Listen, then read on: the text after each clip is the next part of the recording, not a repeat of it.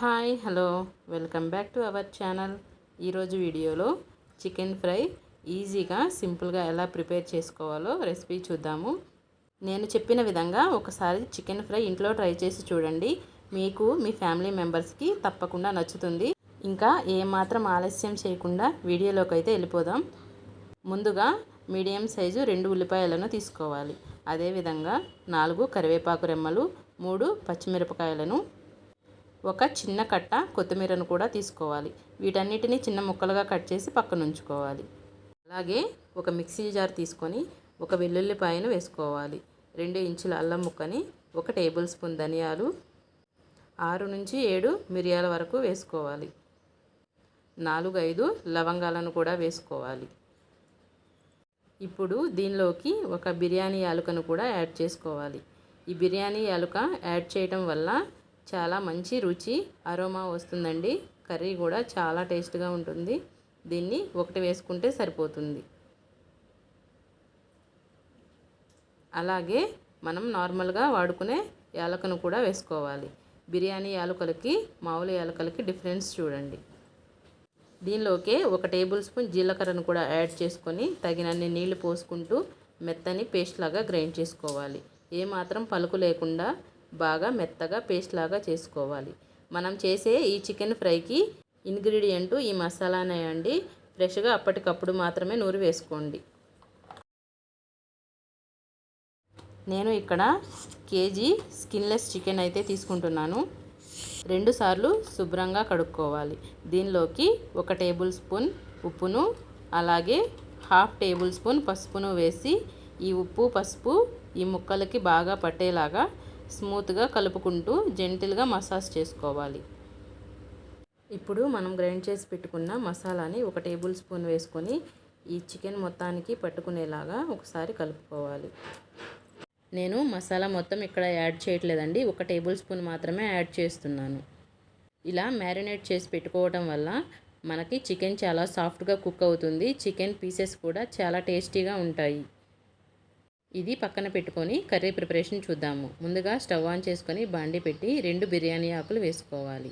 ఆ తర్వాత సన్నగా కట్ చేసి ఉంచుకున్న ఉల్లిపాయలను కూడా వేసుకోవాలి. అలాగే 3 పచ్చిమిరపకాయలను కూడా వేసుకొని ఈ పచ్చిమిరపకాయలు ఉల్లిపాయలు కొంచెం మెత్తపడేంత వరకు ఫ్రై చేసుకోవాలి. ఇలానే కలుపుతూ అడుగు మాడకుండా 2 నిమిషాలు ఫ్రై చేసుకుంటే ఈ ఉల్లిపాయలు చక్కగా మెత్తగా అయిపోతాయి.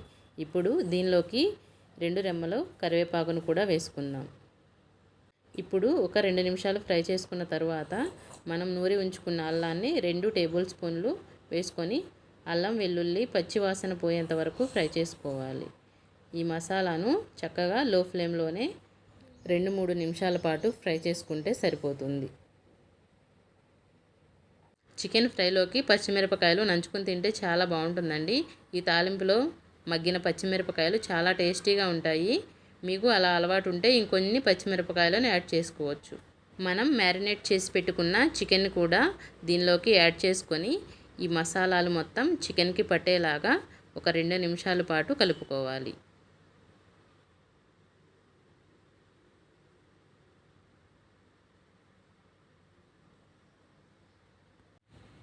ఐదు నిమిషాల తర్వాత చికెన్ అయితే చక్కగా ఉడికిపోయి ఉంటుందండి. దాదాపు 70% చికెన్ ఉడికిపోయి ఉంటుంది. మనం మ్యారినేట్ చేసి పెట్టాం కదా, చికెన్ త్వరగా ఉడికిపోతుంది. ఎక్కువసేపు ఉడికించాల్సిన అవసరం లేదు. చూశారు కదా, 10 నిమిషాలకే చక్కగా దగ్గరకు వచ్చేసింది. మూత పెట్టి మరొక 2-3 నిమిషాల పాటు ఫ్రై చేసుకుందాం. ఇప్పుడు 3 నిమిషాల తర్వాత ఈ చికెన్లో నుంచి చక్కగా ఆయిల్ కూడా బయటకు వచ్చేసి ఉంటుందండి. ఇది 1 నిమిషం పాటు కలుపుకొని చికెన్ ఫ్రై చేసేటప్పుడు ఎప్పుడైనా మనకి అడుగు పట్టకుండా ఫ్రై చేసుకోవాలండి. అడుగు పట్టిందంటే టేస్ట్ మారిపోతుంది. ఇప్పుడు ఆయిల్ ఇలా సపరేట్ అవుతుంది కదా, ఈ స్టేజ్లోనే మనం కారాన్ని కూడా వేసుకోవాలి. ఇప్పుడు రుచికి సరిపడినంత కారాన్ని వేసుకుందాం. నేనైతే ఇక్కడ 2 టేబుల్ స్పూన్లు కారం వేస్తున్నానండి. నాన్ వెజ్ కర్రీలోకి కొంచెం కారం ఎక్కువే పడుతుందండి. కొంచెం కారాన్ని చూసి మీ టేస్ట్కి తగ్గట్టు వేసుకోండి. ఇప్పుడు ఈ కారం ఈ ముక్కలకు పట్టేలాగా 2 నిమిషాలు కలుపుకుందాం. దీనిని మరొక 5 నిమిషాలు లో ఫ్లేమ్లోనే ఫ్రై చేసుకోవాలి.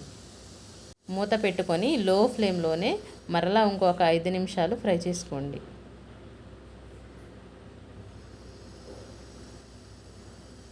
చికెన్ ఫ్రై అడుగు పట్టుకోకుండా టేస్టీగా రావాలంటే మనం దీన్ని మొత్తం మీడియం టు లో ఫ్లేమ్లోనే చేసుకోవాలి.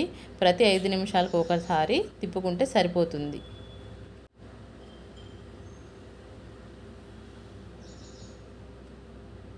నాకు ఇక్కడ కర్రీ ఆల్మోస్ట్ ఉడికిపోయిందండి. మనం స్టవ్ ఆఫ్ చేస్తాము అన్నప్పుడు కొత్తిమీర వేసుకొని మూత పెట్టి ఒక 10 మినిట్స్ పాటు వదిలేసేయండి. ఆ తర్వాత సర్వ్ చేసుకుంటే చాలా బాగుంటుంది. చూడండి, మనకి చికెన్ ముక్క కూడా చాలా సాఫ్ట్గా కుక్ అయింది. ప్లీజ్ లైక్ చేయండి, షేర్ చేయండి. ఇలాంటి మరిన్ని వీడియోస్ కోసం మన ఛానల్ని సబ్స్క్రైబ్ చేసుకోండి.